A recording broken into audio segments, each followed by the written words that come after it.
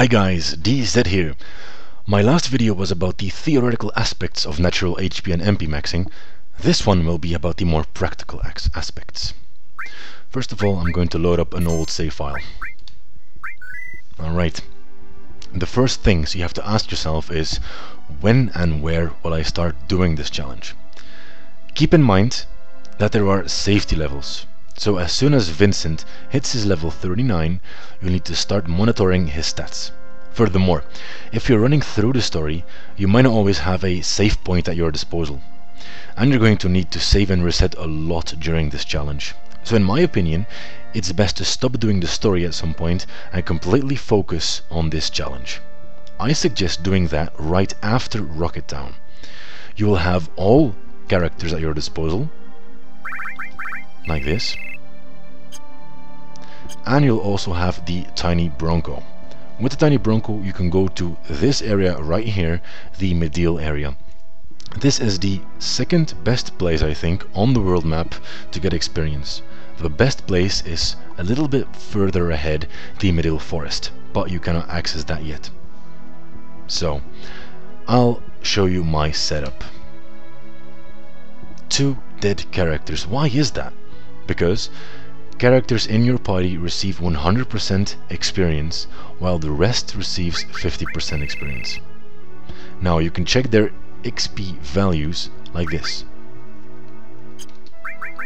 As you can see, they are a bit spread out in terms of experience needed to level up, which means that when they receive the same amount of experience, they will level up in the same order, generally speaking.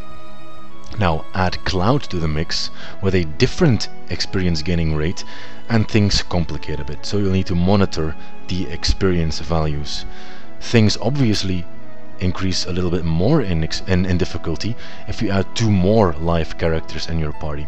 So for starting out, I suggest having only 1 live character, which also means that when you start out you'll have a tough time killing and surviving battles.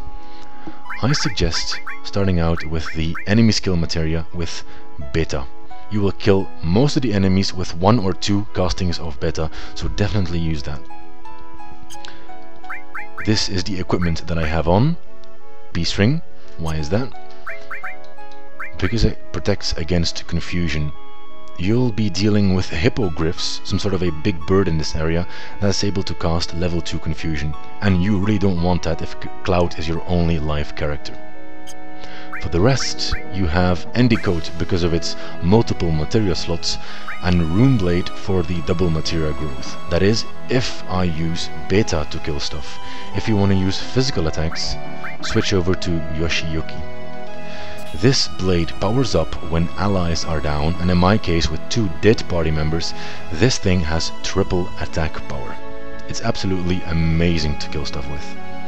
For the materia setup, I suggest using long range, so you can put Cloud in the back row, counterattack because of the additional damage, enemy lure, and if you have them, preemptive and speed plus may also help you.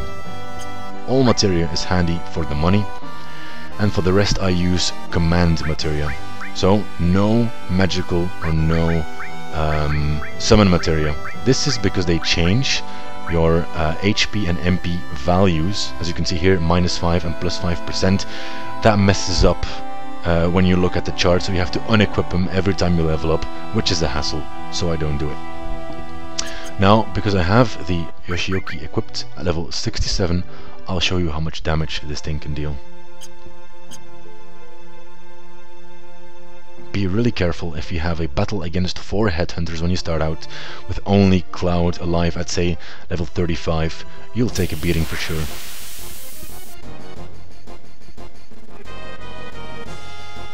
Okay, it's these guys.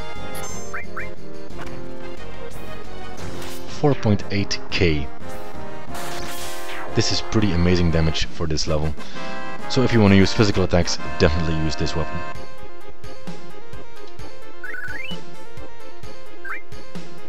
So this concludes this video. I hope this was of any help, and see you next time.